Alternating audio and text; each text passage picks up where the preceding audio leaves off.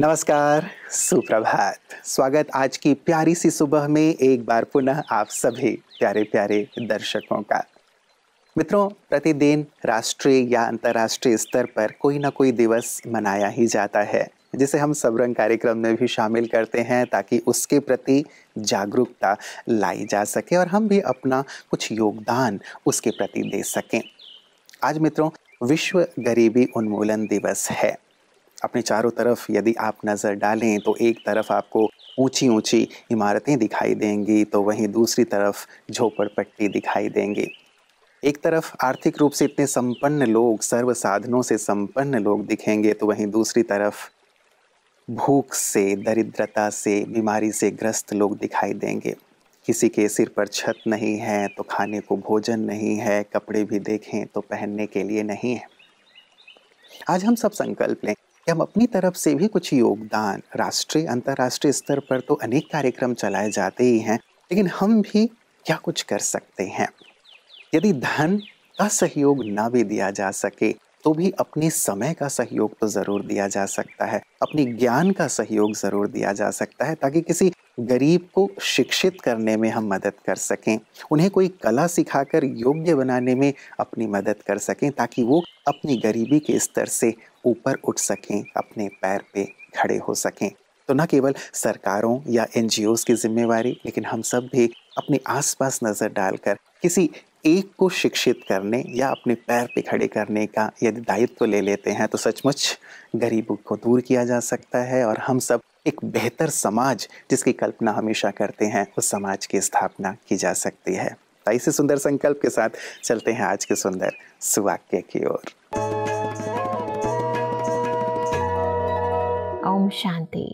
कहते हैं, किसी ने ईश्वर से पूछा कि कौन सा इंसान आपके नज़दीक है, तो ईश्वर ने जवाब दिया कि वो जो बदला लेने की क्षमता होने के बावजूद दूसरों को क्षमा कर देता है। इसलिए ही कहा जाता है कि क्षमा वीरस्य भूषणम, अर्थात एक शक्तिशाली व्यक्ति ही क्षमादान कर सकता है। पर जीवन में जब इंसान को बार बार धोखे मिलते हैं, खासतौर पर अपनों से, तो ये धोखे जख्म बन जाते हैं और ताउम्र इंसान ना इन जख्मों को भुला पाता है और ना जख्म देने वालों को। ऐसे में उसके मन में उन लोगों के प्रति बार बार बद्दुआ निकलने लगती है। परंतु इस संपूर्ण प्रक्रिया में इंसान ना खुद सुखी रहता है और ना दूसरों को सुखी रहने देता है। ठीक इसके विपरीत क्षमादान करने से इंसान का मन हल्का और जीवन सुखमय बन जाता है। इंसान महान व देवतुल्य बन जाता है। कई बार दूसरों को माफ़ी ना देने पर हम ये समझते हैं कि हम उन्हें सज़ा दे रहे हैं, परंतु वास्तविकता में हम सज़ा उनको नहीं अपितु स्वयं को दे रहे होते हैं। तो दिलों की दूरियों को दूर करने के लिए एक परोपकार करें, क्षमादान करें। ओम शांति। सुंदर सुवाक्य हमें दान की एक और परिभाषा सिखा गया। केवल धन का दान या ज्ञान का दान ही नहीं, लेकिन क्षमा दान भी अपने आप में बहुत महत्व रखता है। मित्रों, कहते हैं जो पहले क्षमा मांग लेता है वो सबसे बड़ा बहादुर है, और जो क्षमा कर देता है वो सबसे बड़ा हिम्मतवान है, सबसे ज़्यादा शक्तिशाली है।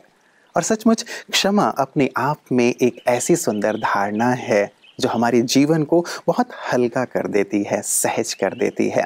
यदि हम किसी की बात को, बुरी बात को मन में धर के चल रहे होते हैं, कितने भारी हो जाते हैं और जीवन कितना जटिल सा हो जाता है। और वहीं जहां हम क्षमा कर देते हैं या क्षमा मांग लेते हैं तो बात वहीं की वहीं हल्की हो जाती है, खत्म हो जाती है और जीवन हमारा सुंदर से सुंदरतम बनता चलता है। तो ज़रूर इस धारणा को जीवन में अपनाने के संकल्प के साथ आइए चलते हैं अपने अगले सेगमेंट सेहत की बात की ओर, जहां हम लगातार बात कर रहे हैं हार्मोनल इम्बैलेंस की। ओम शांति। तो सबरंग के आज के इस एपिसोड में हम खास अपनी उन बहनों से मिलना चाहते हैं उन बहनों से बात करना चाहते हैं जो 40 के ऊपर हो चुके हैं और वो जिनका मेनोपॉज हो गया है। तो आप दोनों से एक बात कहना चाहेंगे, यदि उदासी लग रहा है तो उदास मत होइए। यदि उम्र बढ़ रही है, ग्रेसफुली एक्सेप्ट कीजिए। 40 के बाद हमारा एस्ट्रोजन हार्मोन थोड़ा धीरे धीरे कम होने लगता है। तो क्या क्या कर सकते हैं हम? सबसे पहले अपना ख्याल रखने के लिए अच्छी नींद लेने की कोशिश कीजिए। यदि नींद नहीं आ रही है तो आप मेडिटेशन कीजिए। आप जब मेडिटेट करेंगे, अच्छे थॉट्स क्रिएट करेंगे, तो आपका मन शांत होगा और आपके तन पे भी उसका अच्छा प्रभाव पड़ेगा। आपको नींद आ जाएगी। आप करके देखें। And then diet is very important. आप भोजन सही समय पे संतुलित लें। ज़्यादा मसाला, ज़्यादा मिर्च का प्रयोग नहीं करें।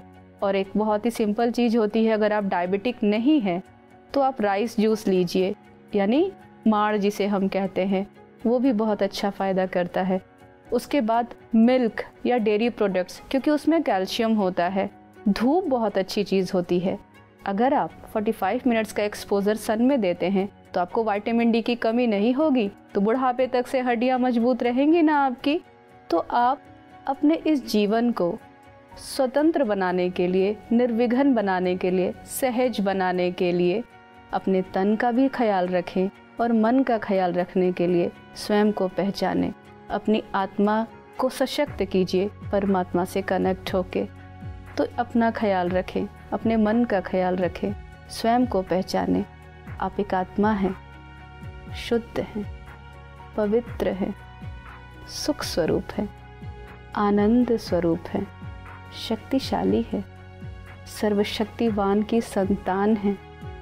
उससे जुड़िए, सशक्त रहिए, स्वस्थ रहिए। धन्यवाद। ओम शांति।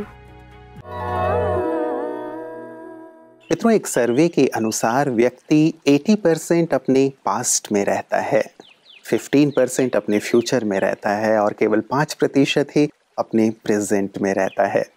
और ये भी देखा गया कि जब वो पास्ट में रहता है तो ज़्यादातर जो गिले शिकवे, शिकायतें, दुख देने वाली बातें, ऐसी ऐसी बातों के ही चिंतन में रहता है कि यदि ऐसा ना होता तो ऐसा होता, इसने मेरे साथ ये किया, उसने मेरे साथ ये किया, आदि आदि इत्यादि। और इन्हीं में उलझ करके वो अपना अधिकांश समय नष्ट करता है। और भविष्य की भी चिंता की अनिश्चितता कि पता नहीं क्या होगा, ऐसा हो पाएगा या नहीं हो पाएगा, इसमें भी वो बहुत ज़्यादा परेशान करके स्वयं को रखता है और फलतः तन मन दोनों बीमार रहते हैं। बहुत अच्छा हो कि हम पास्ट की बातों को छोड़ करके वर्तमान, जहां हम केवल 5% दे रहे हैं, उस पे फोकस करें, उसे बेहतर बनाएं, तो हमारा भविष्य स्वतः श्रेष्ठ होता चलेगा। और ऐसा ही करते हैं हमारे विशिष्टजन भी, जिन्होंने इस बात को समझा है कि वर्तमान को बेहतर बनाया जाए, भूत से सीख लेकर आगे से आगे बढ़ा जाए। इसीलिए हम अपने विशिष्ट जनों को खास आमंत्रित करते हैं ताकि उनके अनुभवों से हम लाभान्वित हो सकें। आइए देखते हैं आज अपने सुंदर अनुभव के साथ हमारे साथ कौन हैं।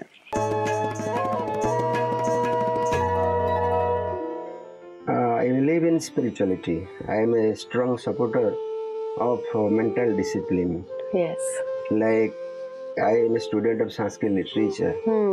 And Sanskrit literature, whatever kind of literature you pick up, I mean whatever discipline of Sanskrit literature area you pick up, you can see there must be a value teaching there. Yes. Value is the very background of Sanskrit literature. Right. And right from our school education till the doctorate degree, we have been taught in that way. Yes. So honesty, truthfulness, then sacrifice, patience, all these good things are non-violence. Yes. And contentment. Right. These are the divine values one should have. It is not necessary that one should go to temple, offer pujas. It is nothing to do with the spirituality. Yes. Spirituality is a mental discipline. Discipline one's mind. Right. I strongly believe in this. Even if a person is irreligious, he may be a very strong spiritual leader. Spirituality has nothing to do with any religion. True. So I practice that. I maintain a very regular way of life. I understand what honesty means, what truthfulness means, and all these things I practice in my own way, own life. मित्रों, एक शब्द बहुत इस्तेमाल किया जाता है संसार में भी और हमारे जीवन के लिए भी बहुत ज़रूरी है, forgive and forget। माफ़ कर दो और भूल जाओ। लेकिन कई बार ये चीज़ हमें सहज नहीं लगती, क्योंकि यदि सामने वाला लगातार हमें हर्ट कर रहा होता है, परेशान कर रहा होता है, या कुछ इतना ज़्यादा उसने किया होता है जिसके कारण हमें लगता है कि नहीं, इस व्यक्ति को तो माफ़ नहीं किया जा सकता, ना ही मैं करूँगा, और हम उस बात को भूलते भी नहीं हैं, फलतः हमारा वक्त जाया हो रहा होता है और साथ ही साथ हम अंदर से, जैसे कहते हैं ना, कि खुद को ही हर्ट कर रहे होते हैं, खुद को ही मानसिक रूप से तनावग्रस्त कर रहे होते हैं, जो हमारे लिए बिल्कुल भी ठीक नहीं है। लेकिन कैसे फॉरगिव और फॉरगेट को बहुत आसान किया जा सकता है? इसका एक ही उत्तर है, अध्यात्म। अध्यात्म हमें वो बल देता है, वो शक्ति देता है, वो समझ प्रदान करता है, जिससे ये कार्य हमारे लिए बहुत ही सहज हो जाता है, चुटकी का खेल हो जाता है। और यही सुंदर कार्य, यही सुंदर कला ब्रह्मा कुमारियाँ सभी को सिखा रही हैं, जिसे हम प्रतिदिन देखते हैं पीस न्यूज़ हाइलाइट्स में। आज के ज़माने में पढ़े लिखे व्यक्ति का बहुत मान होता है। जो जितना अधिक शिक्षित होता है उसे खुद पर उतना गर्व भी होता है। मगर ये भी एक सत्य है कि अनेक डिग्रीज प्राप्त करके भी लोग जीवन जीने का कौशल नहीं सीख पाते और कई बार अपने जीवन का अंत भी कर लेते हैं, क्योंकि हमारी शिक्षा व्यवस्था में ही इसकी सीख नहीं दी जाती। बेंगलोर के दावणगेरे स्थित ब्रह्मा कुमारी सेवा केंद्र पर इसी विषय को लेकर लाइफ स्किल एजुकेशन कैंप का आयोजन हुआ। यह आयोजन Brahma Kumaris government PU college of girls Davangere और Moti Veerappa government PU college के एनएसएस विंग द्वारा संयुक्त रूप में किया गया। सेवा केंद्र प्रभारी बीके लीला तथा अन्य बीके शिक्षकों ने लगभग 80 उपस्थित छात्रों को भाषण तथा अनेक रोचक एक्टिविटीज के माध्यम से शिक्षित किया कि किस प्रकार वो अपनी क्षमता और बुद्धि से विषम परिस्थितियों में भी सही निर्णय ले सके।